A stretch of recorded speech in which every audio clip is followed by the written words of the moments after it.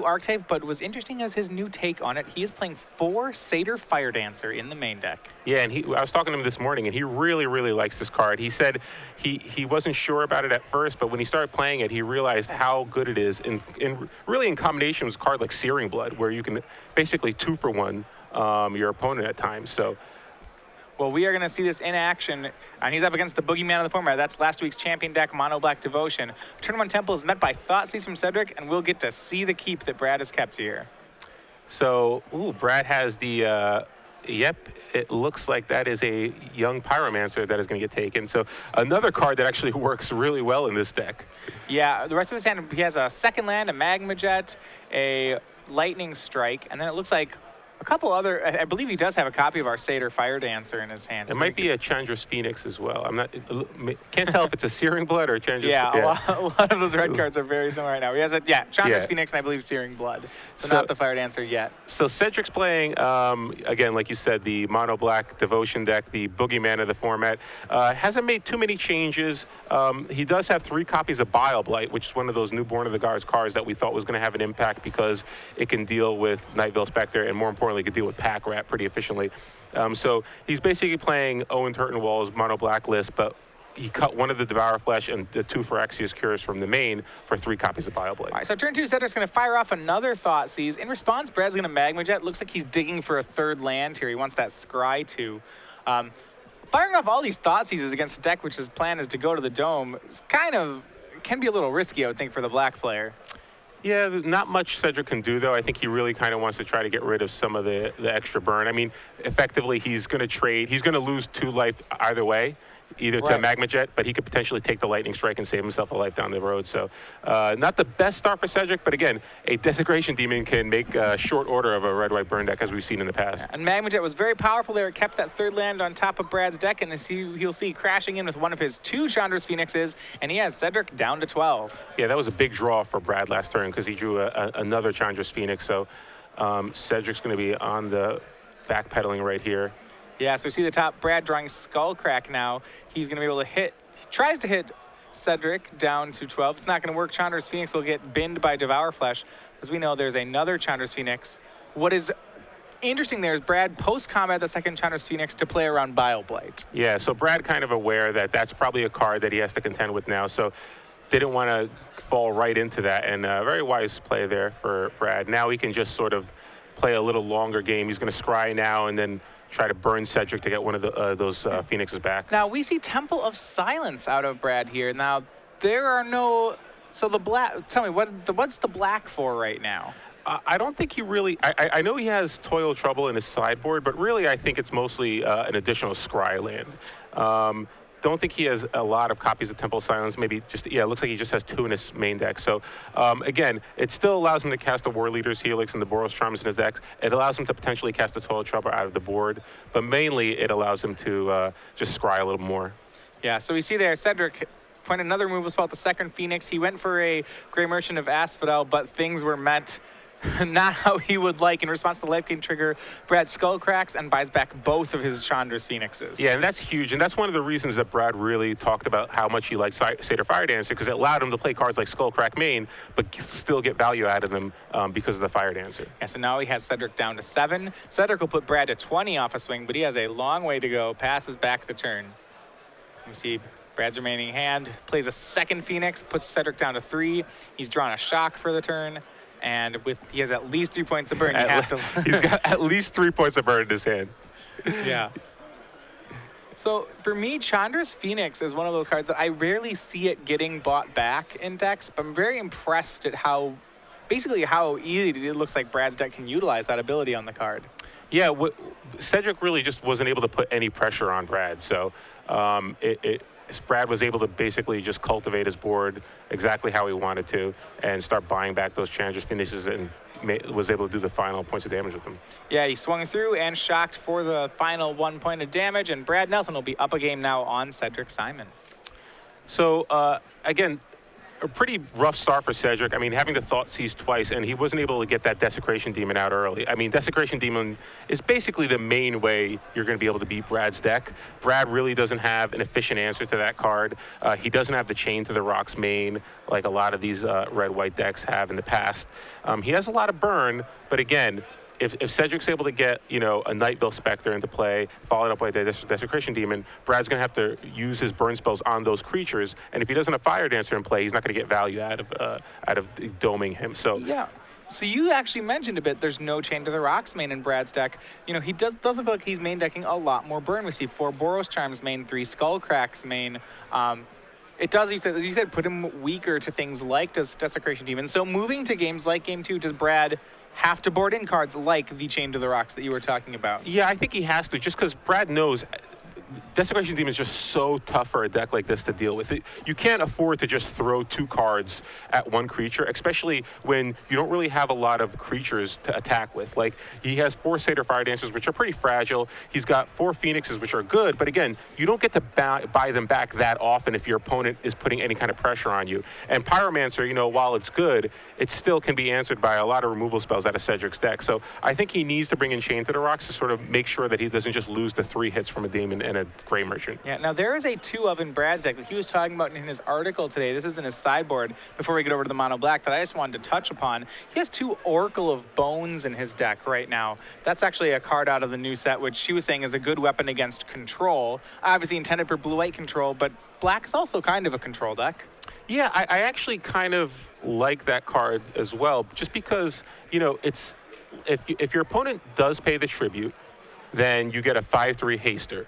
If he doesn't pay the tribute, you could potentially cast, if he decides to board into Toil Troubles, you can cast the Toil Trouble off that, and you can fuse it. You can fuse it, right? Yeah, you can pay either cost. And I actually wouldn't be surprised if Brad boards in Toil and Trouble in this matchup, because in this particular matchup, I think Cedric is more of the control deck than Brad is, actually.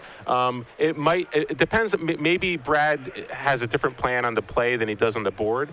But again, it's one of those cards that I wouldn't be surprised if he boarded in, just because, you know, maybe the War Leader's Helix isn't as effective in this particular matchup because it's pretty overcosted and it kills basically the same creatures that most of your other removal spells would.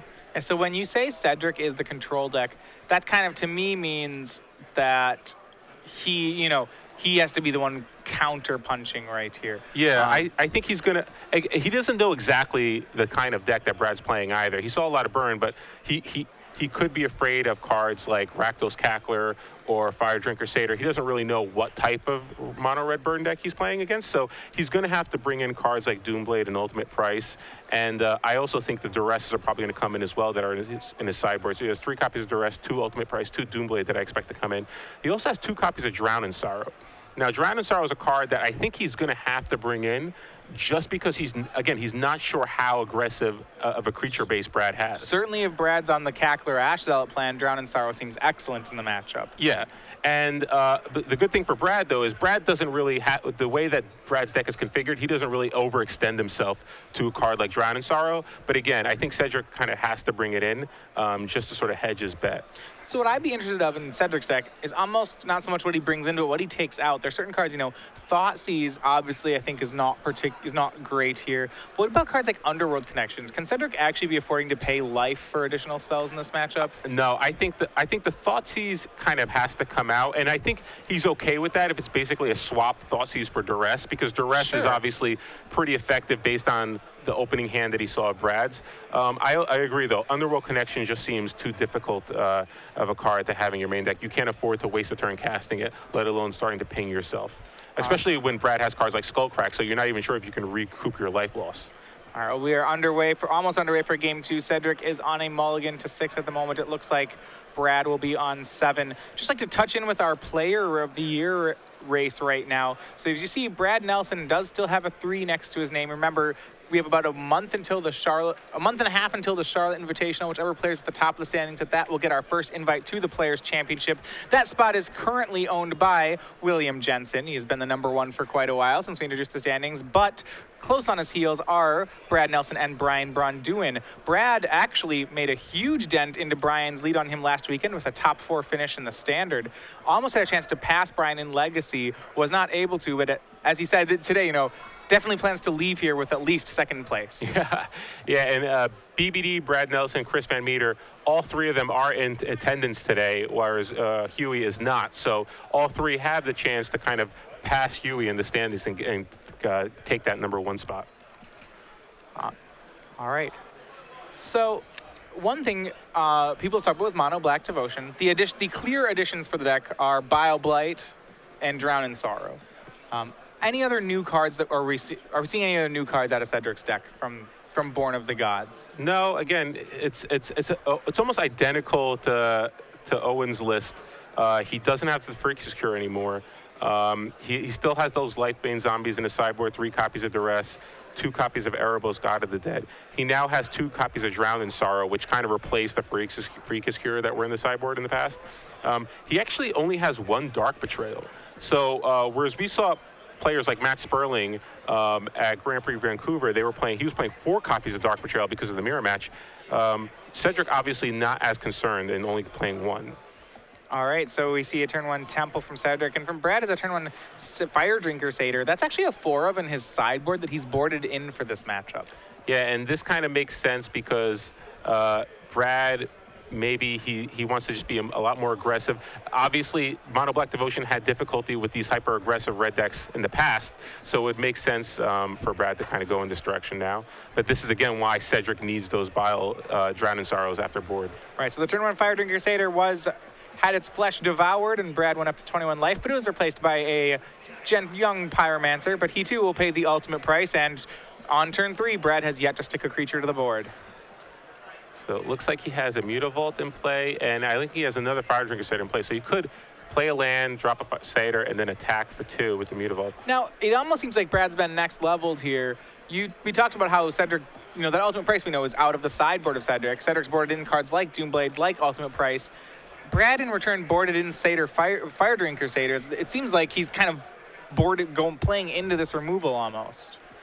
Yeah, well, it's sort of this dance that both players play, whereas Brad has to assume, okay, well, maybe he just saw a bunch of burn first game. Maybe he won't bring in cards like Drown of Sorrow against me, so these Satyrs are really going to do the job.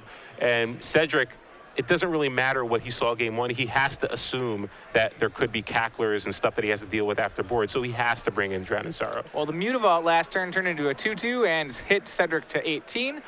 Second Fire Drinker Satyr was invited to the battlefield and now is joined by Chandra's Phoenix. Cedric, with only 3 lands, now has to choose which one he wants to point a kill spell at. He's going to choose neither. It looks like he's setting up for a Drown in Sorrow. Yeah, he definitely does have a Drown in Sorrow in his hand, so he's going to drop to 14 from this attack, but he will be able to deal with both of Brad's creatures. Again, though, one of them is a Chandra's Phoenix, so that will be coming back eventually. Yeah, and one of the things so Cedric there had the option between Drown in Sorrow, and he actually did have Hero's Downfall there. He's trying to get the 2-for-1 here, which I think is the intuitive play. How careful does he have to be with his life total, though? By doing that, he is giving away some life points. He is, but he doesn't have a lot of card advantage in his deck everywhere because you have to imagine he boarded out the Underworld Connection. So I think he has to get a little greedy and try to recoup his life with Grey Merchant. But this kind of shows you just kind of how ineffective Drown in Sorrow is against Brad's deck, because Brad it's effectively just a 1-for-1 because Brad's going to get that Chandra's Phoenix back, so he never really has to overexpose himself to a card like Drown in Sorrow. Exactly. Well, no 4th land yet for Cedric, and now Brad is on the burn spells plan. During his upkeep, he's going to Magma Jet Cedric down to 12. This is to control his draw. And he did put the Phoenix trigger on the stack, so he's going to scry first, and then he will likely return his Chandra's Phoenix to his hand. I'm not sure if he has, it does look like he has a 5th mana, so he will be able to play Mountain and play the Chandra's Phoenix this turn. So pretty good turn for Brad. Yeah, and actually it looks like he did that during his main phase. He'd already drawn a card for the turn. But either way, Chandra's Phoenix back on the battlefield, and Cedric is down to 10. Looks like Cedric drew a 4th land for a turn. Is it going to be Desecration Demon? He desperately needs it to hit play right now. Yeah, we do see he has a Grey Merchant in his hand, so you said that was part of the game plan. And it looks like not. It's just going to be a Mutavault hit, putting Brad to 19. And Brad's got to be pretty happy with that as his opponent's play. So Brad has, it looks like he has that toil trouble that he did board it in. So he doesn't have a black mana, so he can't fuse it right now.